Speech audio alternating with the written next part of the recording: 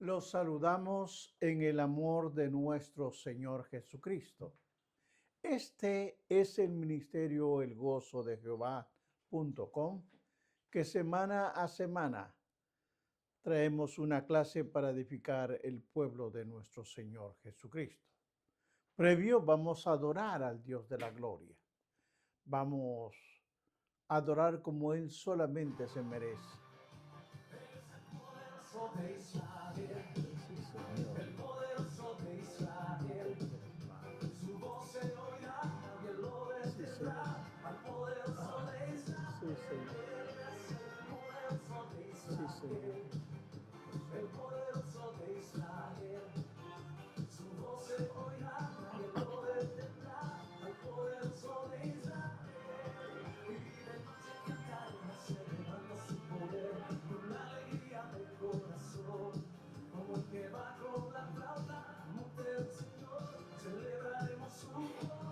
Él es el poderoso de Israel, el poderoso de Israel.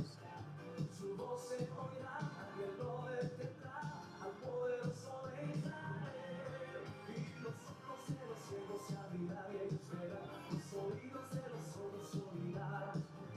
El coro saltará y con el arpa danzará, la lengua de los mudos cantará. Oh. Bendito sea tu nombre. Bendito, bendito eres, Señor de la gloria. Vamos a estudiar el capítulo 43, versículo del 1 en adelante. Por favor, esta es una clase, no una predicación, como lo mencionan algunos. Esto es una clase. Mantenga su Biblia abierta, por favor. La palabra de Dios la leo a la gloria del Padre, del Hijo y del Espíritu Santo. Su santa palabra dice así: el hambre era grande en la tierra, y aconteció que cuando acabaron de comer el trigo que trajeron de Egipto, les dijo su padre: volved y comprad para nosotros un poco de alimento. Padre de la gloria, te doy gracias por tu amor, por tu misericordia, por tu fidelidad. Te pido, Señor, que el Espíritu Santo me ayude a desarrollar esta clase como tú te mereces. Todo, Señor, te lo pido en el nombre de tu Hijo amado Jesucristo. Amén. Bien, hermanos, a esta clase la he titulado Judá se ofrece como garantía por Benjamín.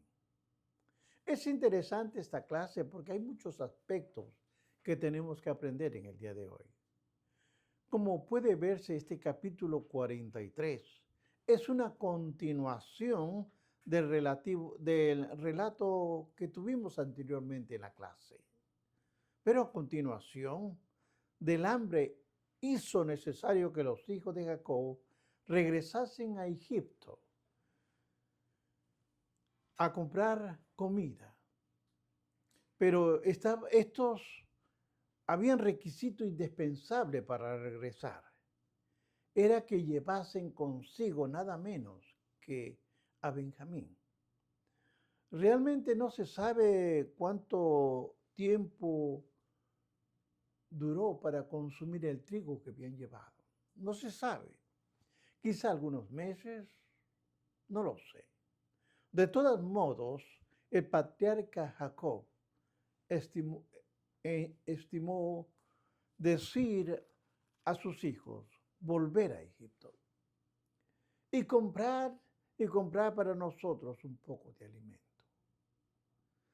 Obviamente, de que Jacob es la cabeza de una familia y por lo tanto tiene la autoridad para ordenar a sus hijos que regresen a Egipto a comprar la comida porque era necesaria.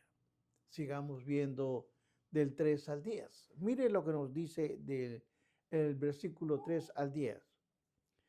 Respondió Judá diciendo: aquel varón nos protestó con ánimo resuelto, diciendo, no veréis mi rostro si no traéis a vuestro hermano con nosotros, y descenderemos, y te compraremos alimento. Pero si no le enviareis, no descenderemos. Porque aquel varón nos dijo, no veréis mi rostro si no traéis a vuestro hermano con vosotros. Entonces dijo Israel, ¿por qué me hiciste tanto mal? Declarando al varón que tenías otro hermano. Y ellos respondieron, aquel varón nos preguntó expresamente por nosotros y por nuestra familia, diciendo, ¿vive aún vuestro padre? ¿Tenéis otro hermano? Y te declaramos conforme a estas palabras. ¿Acaso podíamos saber que nos diría hacer venir a vuestro hermano? Entonces Judá dijo a Israel, su padre, envía al joven conmigo y nos levantaremos e iremos, a fin de que vivamos y no muramos nosotros. Por, por él a mí me pedirás cuenta, si no yo te lo devuelvo a traer. Si no te lo vuelvo a traer, si yo no te lo pongo delante de ti, seré para ti el culpable para siempre. Pues si no nos hubiéramos detenido ciertamente, hubiéramos ya vuelto 2 veces. Ahora bien, Jacob, por supuesto, nunca hubiese pensado él en Egipto si no hubiera sido por el hambre que había en Canaán. Era grande. El patriarca se ocupó enfáticamente a la idea de enviar a Benjamín a Egipto. No quería enviar, pues no quería a perder un hijo y su hijo menor en Egipto. Al parecer, tampoco confiaba en sus propios hijos. De modo que cuando mandó a los hermanos a regresar a Egipto para comprar alimento, Judá, quien parecía funcionar como el vocero del grupo, le recordó a su padre que José les había advertido solemnemente que ni aún verían su rostro si no traían a Benjamín con ellos. ¿Cuáles son las palabras de Judá tan enfáticas? Veamos el 4 y el 5. Si enviares a nuestro hermano con nosotros, descenderemos y te compraremos alimento, pero si no lo enviares, no descenderemos. Porque aquel varón nos dijo, no veréis mi rostro, ni traéis, si no traéis a vuestro hermano con vosotros. Ahora, este aspecto negativo del caso es que Rubén ha perdido su prominencia a causa del incesto que él hizo en el capítulo 35, 22. Ahora, Simeón está encarcelado en Egipto. Leví había mostrado un carácter sanguinario. Vea usted el capítulo 34, 25. Del lado positivo, varios factores colocan a Judá al frente.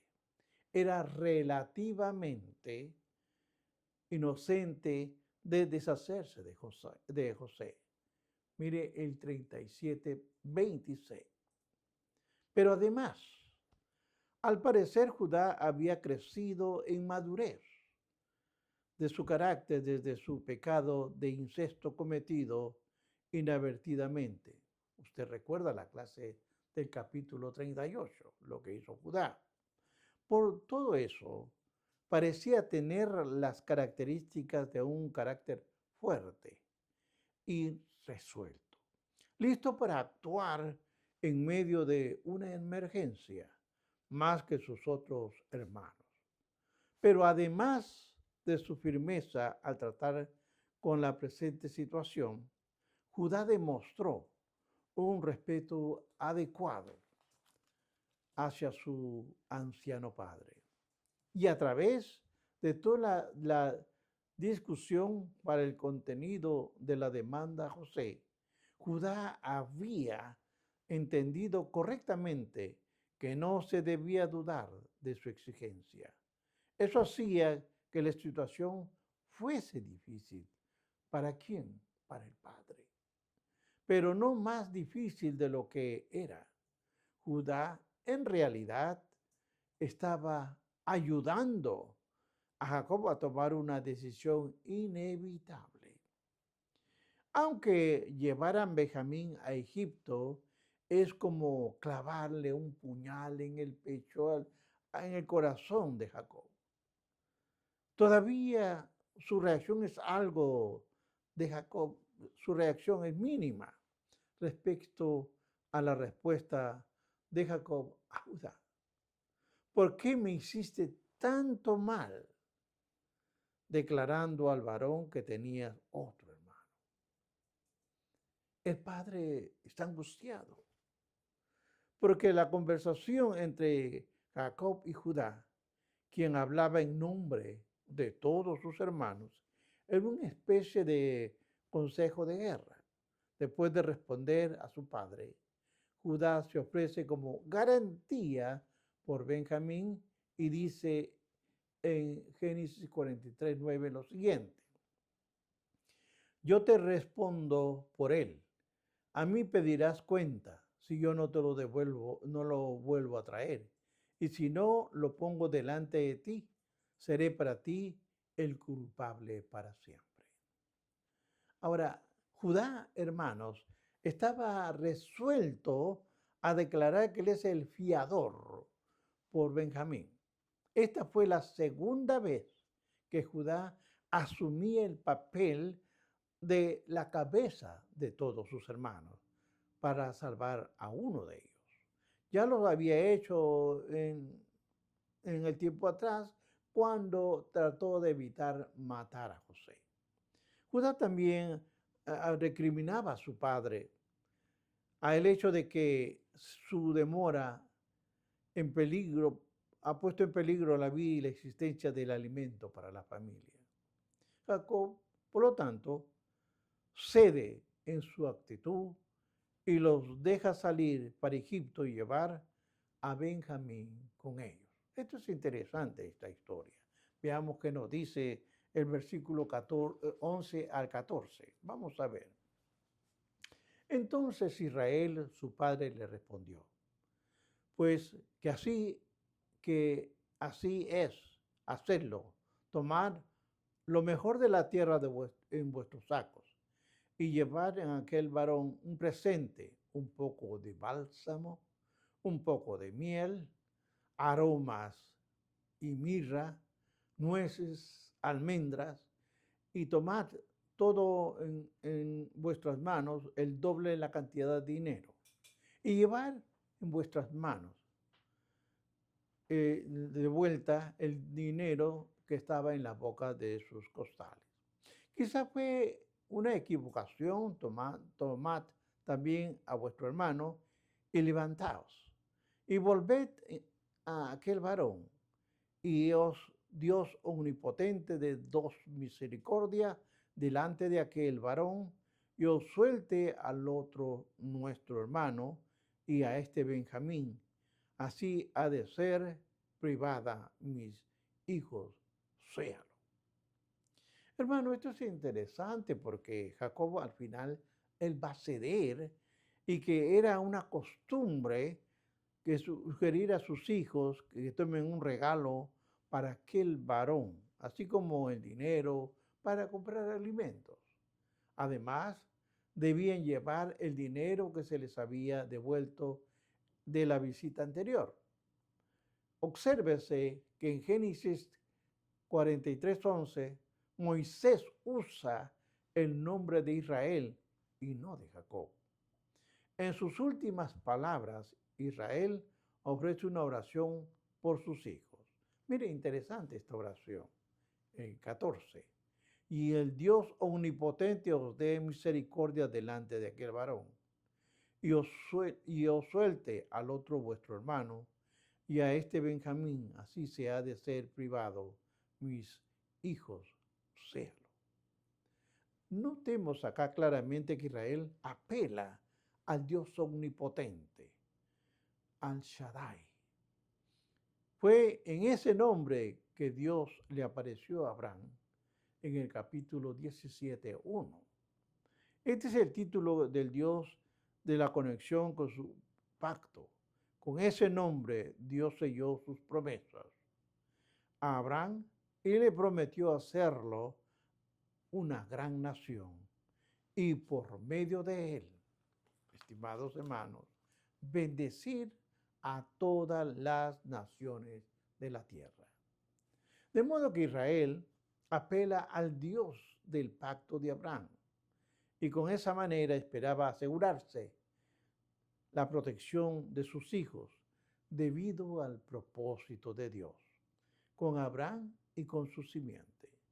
Aunque pudiésemos culpar al anciano patriarca con su actitud humana y por su debilidad en muchas situaciones. No es menos cierto que había en su corazón una fe fundamental en Jehová Dios.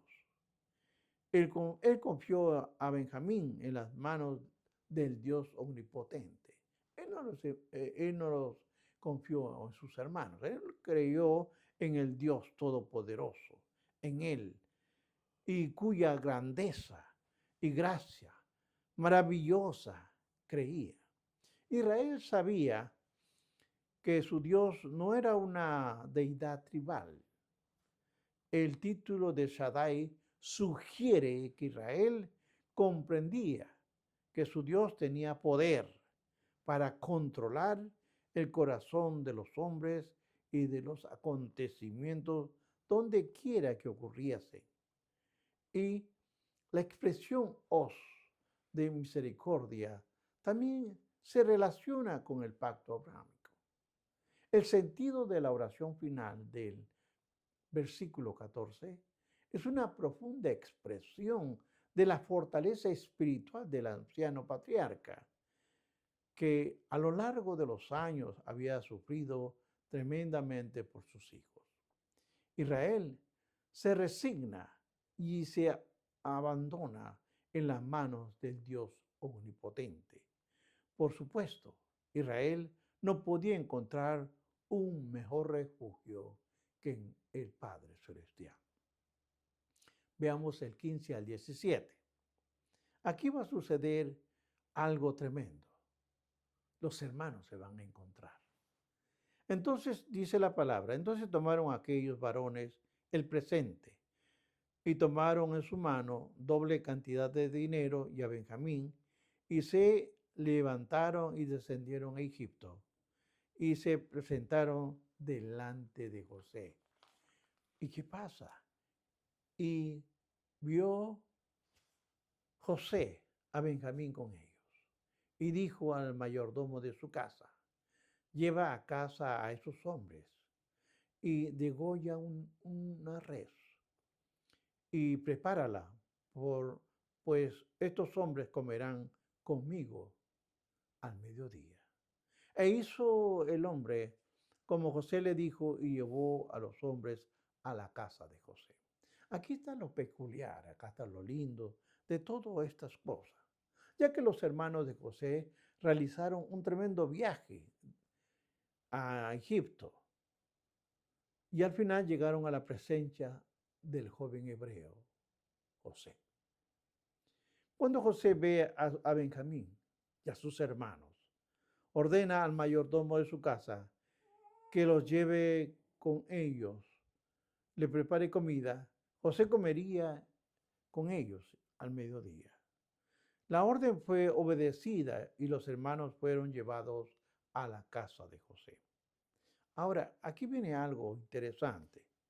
Las acciones de José son difíciles de explicar, aparte del hecho que él era un instrumento de Dios en el propósito soberano de llevar a Jacob y su familia a Egipto.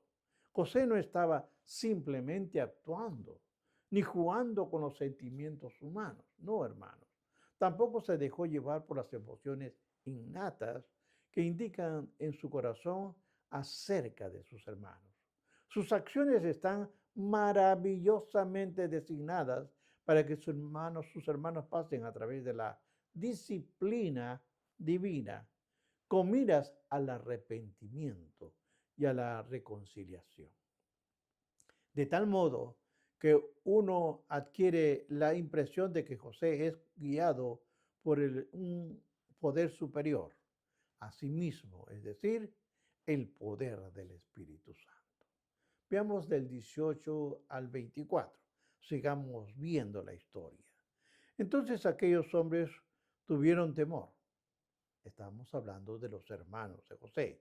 Cuando fueron llevados a casa de José y decían, por el dinero que fue devuelto en nuestros costales, la primera vez nos ha traído aquí para tendernos lazo, atacarnos y tomarnos por siervo a nosotros. Y acá también hay algo interesante, a nuestros asnos. Y se acercaron al mayordomo de la casa de José y le hablaron a la entrada de la casa. Y dijeron, ay Señor nuestro, nosotros en realidad, de verdad, descendimos al principio a comprar alimentos. Y aconteció que cuando llegamos al mesón, abrimos nuestros costales. He aquí el dinero de cada uno estaba en la boca del costal, de nuestro dinero en su justo peso. Y lo hemos devuelto a traer con nosotros. Hemos también traído en nuestras manos otro dinero para comprar alimento. Nosotros no sabemos quién nos ha puesto nuestro dinero en nuestros costales. Él les respondió, paz a vosotros. No temáis, vuestro Dios, el Dios de vuestro Padre, os dio el tesoro en vuestros costales. Yo recibí vuestro dinero y, y sacó a Simeón de ellos y llevó a aquel varón a los hombres de la casa de José y les dio agua y lavaron sus pies y dio de comer a los asnos. Es claro que entendamos de que para esto Simeón estaba encarcelado y se había quedado en Egipto. Ahora, cuando los hijos de Jacob supieron que serían llevados a la casa del primer ministro, se llenaron de temor, se atemorizaron, pensando que se debía al problema del dinero que habían encontrado en sus costales. Y de inmediato presentaron una explicación al mayordomo de la casa de José. Las palabras del mayordomo en el versículo 23 que estamos leyendo fueron tranquilizadoras y significaban que el mayordomo había sido enseñado por José a temer al Dios de los hebreos. Además, el mayordomo admite que ha recibido el dinero de la compra del grano. Es importante entender esto. Sus palabras son algo indefinidas respecto a la fuente de la procedencia del dinero encontrado en los costales.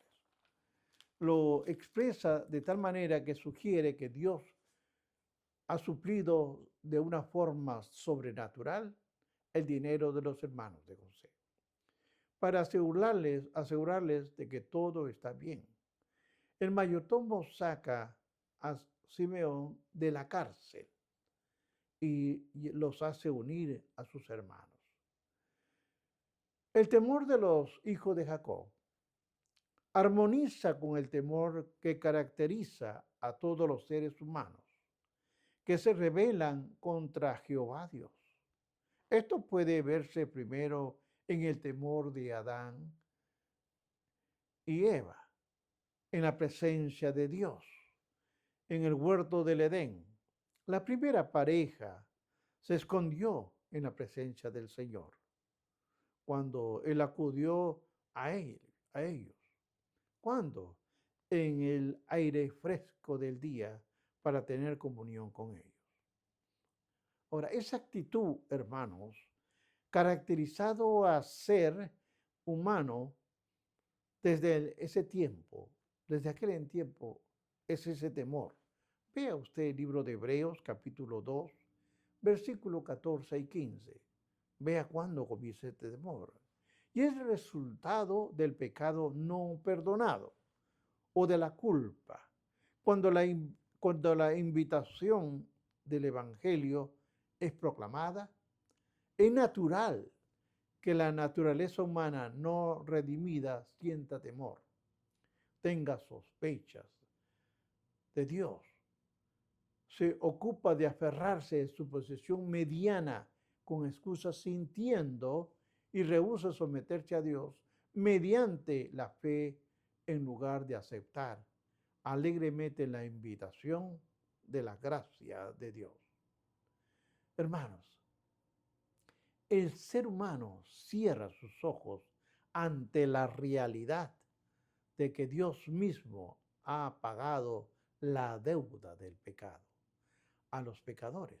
Y ahora invita a todos a entrar en una unión, una comunión permanente con Él.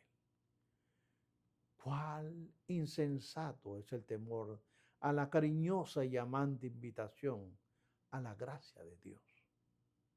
El que rechaza la invitación maravillosa de la salvación se enfrenta a una condenación eterna y sin remedio. Sigamos viendo el 25 al 30. Mire usted lo que va a pasar ahora.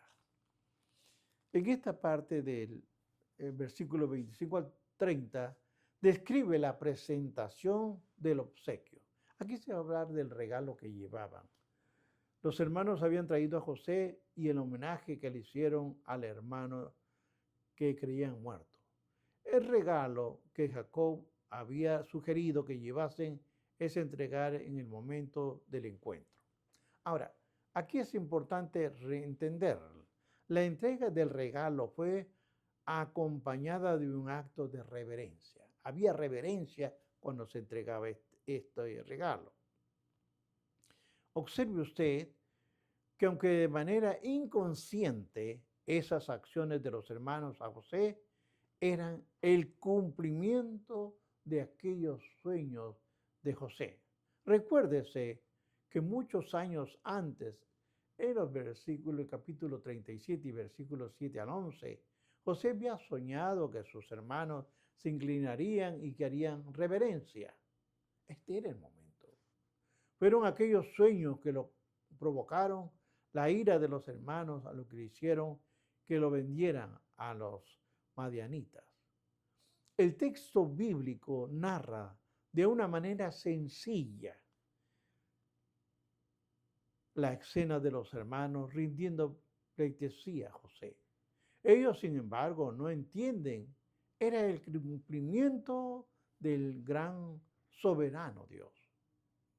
El versículo 29 hay una hermosa pincela ofrecida por el autor de Génesis. José hace una emotiva reverencia a Benjamín. Mire qué interesante. José ve a Benjamín y le hace una reverencia a su hermano. Y le dice, hijo de su madre. Benjamín era hijo de Raquel, igual que José, y le dice, Dios tenga misericordia a ti, hijo mío. Vea usted el capítulo 43, versículo 29. Quizá José estaba tan emocionado que no fue capaz de continuar hablando con ellos, sino que el primer ministro, conmovido, se fue a su cuarto, a su recinto a llorar. Seguramente lloró de gozo al ver a todos sus hermanos ahí, incluyendo a Benjamín. la expresión, se conmovieron sus entrañas. Es importante entender en traducción hebrea. En el vocablo hebreo significa sentir calor. Entienda. Y se usa para describir una profunda emoción. Usted lo puede comparar en la Biblia, en el libro de Lamentaciones, capítulo 5, versículo 10. O puede ver el libro de Oseas, capítulo 11, 8, donde se refiere al cálido y eterno amor de Jehová por la nación de Israel, su pueblo del pacto. En este pasaje que hemos leído, se refiere al amor de José hacia Benjamín, su hermano de sangre. La expresión literal es muy llamativa. Sus entrañas anhelaron y entraron en calor hacia su hermano. Ahora, esto es difícil encontrar una traducción perfecta que exprese con exactitud el sentido del texto hebreo. El amor de José por Benjamín se manifiesta con el amor de el amor de una mujer por su hijo y como el amor de Jehová hacia su pueblo. No es extrañarse, hermanos, pues que José fuese a su recámara a llorar. Era sentimental, obvio. Veamos el 31 al 34. Aquí va a haber una fiesta, algo que nos va a alegrar. Génesis 31 y 32 pone de manifiesto la ternura, la simplicidad, el carácter genuino y los sentimientos del gran hombre que era José. La grandeza adquirida y la prosperidad no habían afectado su carácter. Después de lavar su rostro, José controló sus emociones y ordenó a sus siervos diciéndoles: poned pan. Es interesante este término. Al decir poner pan, quiere decir servir la comida. Eso es lo que quiere decir. La separación de los invitados no era social, sino era religiosa. Los egipcios consideraban a los extranjeros como técnicamente inmundos. Los extranjeros contaminados, porque ellos contaminaban la comida. Pero con el tiempo, los judíos harían lo mismo. ¿Con quién? Con los gentiles. El versículo 43-33 describe que fueron sentados a la mesa según la edad. El texto dice que aquello maravilloso a los hermanos de José, y estaban aquellos hombres atónitos. Ellos no sabían lo que estaban pasando. Se miraban uno al otro. De hecho, pudo haber habido algo intencional respecto a esto de parte de José. Sin duda, deseaba sorprenderlos, como si Dios estuviese presente misteriosamente en medio de ellos y podían intervenir llamándolos ahora a cuenta. La porción mayor fue dada a Benjamín. Se va a servir la comida. La porción más grande fue para Benjamín. Ese acto de José dio la oportunidad a los hermanos para manifestar celos, tal como lo hacían manifestado con él en el pasado. Pero hasta donde se puede leer, hasta donde yo lo he leído, los hermanos de José pasaron la prueba. No hubo celos. Aquello también demostraba el profundo lazo de amor fraternal de José por Benjamín. Vea usted primera de Samuel, capítulo 9, versículo 24. Concluyo, hermanos. No deja de sorprender la prolongada disciplina a la que fueron expuestos los hermanos de José. Es cierto, el delito que habían cometido era odioso, era despreciable, pero uno se pregunta el porqué de aquella persistencia disciplina. Evidentemente, el Señor Dios sintió que, debido a la importancia de aquellos hombres en el plan futuro del Señor para Israel, se requería una obra profunda de corrección espiritual y de preparación. La vieja corrupción de la maldad tenía que ser removida a un profundo sentido de la presencia y el poder de Dios Santo. Hermanos, esto nos lleva a ver cuán fácil es malinterpretar los tratos del Señor con nosotros. Lo que consideramos de la severidad de Dios podría ser, en realidad, la obra necesaria de su amor y de su gracia.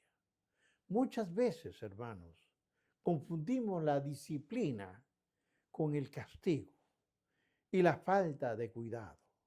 Es bueno no perder de vista. Vea usted el libro de los Romanos 8:28. Recordar que a los que aman a Dios, todas las cosas le ayudan para bien. Por último, Génesis 43 enseña de manera enfática que hay algo sumamente necesario para recibir una bendición espiritual, un verdadero arrepentimiento, y eso una fe genuina en nuestro Señor Jesucristo. No es suficiente de estar conscientes del pecado, no. Las obras dignas de arrepentimiento deben manifestarse con evidencia y en su verdadero arrepentimiento. Dios lo bendiga.